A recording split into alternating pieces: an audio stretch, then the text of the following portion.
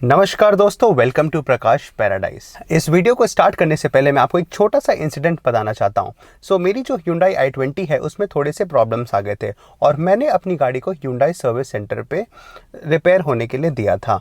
जो मेरी गाड़ी में प्रॉब्लम्स आए थे मैं आपको बता देता हूं। एक छोटा सा स्टीयरिंग में प्रॉब्लम था जिसमें कि स्टीयरिंग रैक चेंज होना था। साथ ही में मेरी जो गाड़ी का की था, कार की थी, वो काम नहीं कर रही थी। साथ में जो इसका जो इंस्ट्रूमेंट क्लस्टर जिसमें कि आपका स्पीडोमीटर एंड एवरीथिंग होता है, उसकी जो बैकलिट है वो काम नहीं कर रही थी और मैंने इस चीज़ के लिए गाड़ी को रिपेयर के लिए दिया था। गाड़ी को चेक करने के बाद मुझे एक एस्टिमेट मिला।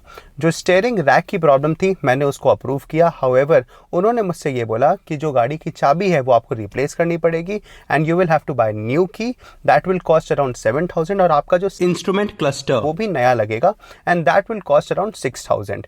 जो की प्रॉब्लम थी और जो क्लस्टर की प्रॉब्लम थी मैंने उसको डिनाई कर दिया। मैंने कहा आप उसको मत ठीक कराओ, मैं बाद में अपने आप देख लूँगा। उसके बाद मुझे गाड़ी रिपेयर होके मिली। जब मैं वहाँ पर गया तो मैंने सर्विस एडवाइज़र से बोला कि भाई आप एक काम करो, ज़रा यहाँ पे फ्यूज़ बॉक्स खोलो। फ्यूज़ बॉक्स में मैंने कहा कि आप इसके जो इंटीरियर लाइट की जो फ्यूज़ होगा उसको निकालो।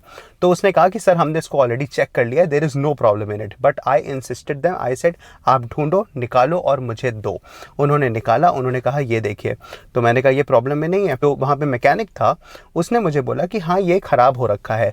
आप समझिए कि जैसे ही उन्होंने नया फ्यूज़ लगाया 10 नंबर का, मेरी गाड़ी का जो सेंटर कंसोल है उसकी बैकलाइट काम करने लगी और साथ ही में जो गाड़ी की थी वो भी काम करने लगी।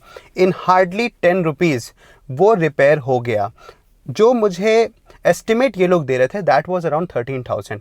अब मैं ये वीडियो आपको क्यों बना के बताना चाह रहा हूँ, let me clear it out. So guys, जब भी हम अपनी गाड़ी को सर्विस सेंटर पे या तो सर्विसिंग के लिए दे रहे हैं या फिर रनिंग रिपेयर के लिए दे रहे हैं तो हमें अपनी स्टडी करना बहुत ज़रूरी है। अगर हम अपनी स्टडी प्रॉपर नहीं करेंगे then be ready to spend some extra cash unnecessarily. अगर हम इस बात को नहीं पता लगाएंगे कि गाड़ी में एग्जैक्ट प्रॉब्लम क्या है और हम उन पर भरोसा कर लेंगे, what they will do is कि वो सीधे हर चीज़ को नया डालने की कोशिश करेंगे। नया छोड़िए, जहां पर प्रॉब्लम नहीं होगी उसमें भी कह देंगे आप इसमें नया डाल दो, कोई प्रॉब्लम नहीं है।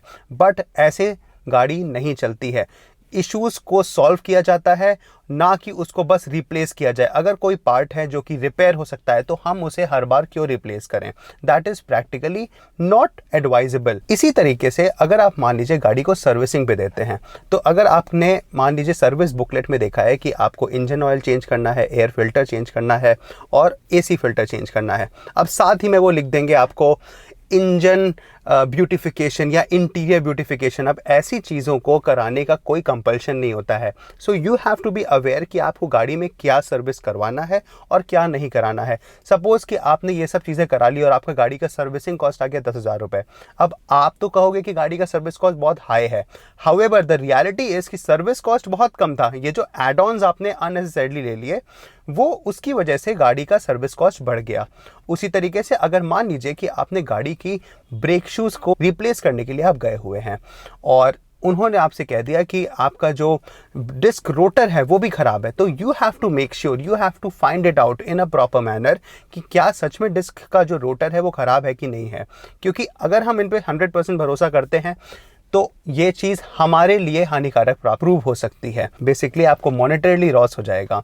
So you have to make sure that whatever you do it in a proper manner. And guys, ऐसा नहीं है कि ये सिर्फ एक किसी पर्टिकुलर Hyundai के सर्विस सेंटर पे हो रहा है या फिर मारुति के ही सर्विस सेंटर पे हो रहा है। This belongs to every company that is on this planet. हर जगह पर आपके छोटे छोटे कामों पर आपको बड़ा बड़ा बिल दिया जाता है। So you have to be aware of everything. अगर आप अपने घर के पास वाले सर्विस सेंटर पे जाते हैं जो कि अनऑथोराइज्ड है, वो लोग भी यही करते हैं। छोटी सी प्रॉब्लम होगी उसको बड़ा बना के आपको कहेंगे सर 20-22 हज़ार रुपये का खर्चा आ जाएगा इसमें तो। बट ऐसा होता नहीं है, बट वो ऐसा कर देते हैं। तो आपको अगर कुछ थोड़ी थोड़ी चीज़ें पता होंगी या फिर आप मान लीजिए कि नए नए सर्विस सेंटर्स पे जाकर आप उनसे आइडिया लोगे कि भैया ये कितने में रिपेयर होगा, तो आपको सस्ते में रिपेयर होने के चांसेस हैं। आई नो ये एक सरदर्दी वाली चीज़ है एंड एक ट्रस्ट को ब्रेक करने वाली चीज़ है, but guys we can not do anything about it. अब आप मेरा सोचिए कि मुझे 13,000 रुपये का बिल दे दिया गया था, बट इन रियलिटी वो 10 रुपये के एक छोटे से फ्यूज से चीज़ें रिपेयर हो जानी थी। And I actually told them when I gave them the car for servicing, तो मैंने बोला कि इसकी फ्यूज़ की प्रॉब्लम है, कुछ और नहीं है। बट तब भी वो इंसिस्ट करते रहे कि नहीं नहीं सर 13,000 रुपये लगेंगे, ये तो आपको करवाना पड़ेगा और इसका पार्ट भी आपको ऑर्डर पे मंगवाना पड़ेगा, 1 हफ्ते लगेंगे।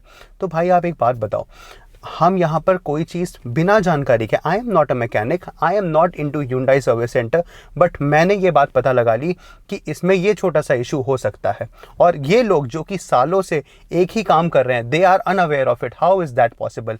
Isn't it a scam?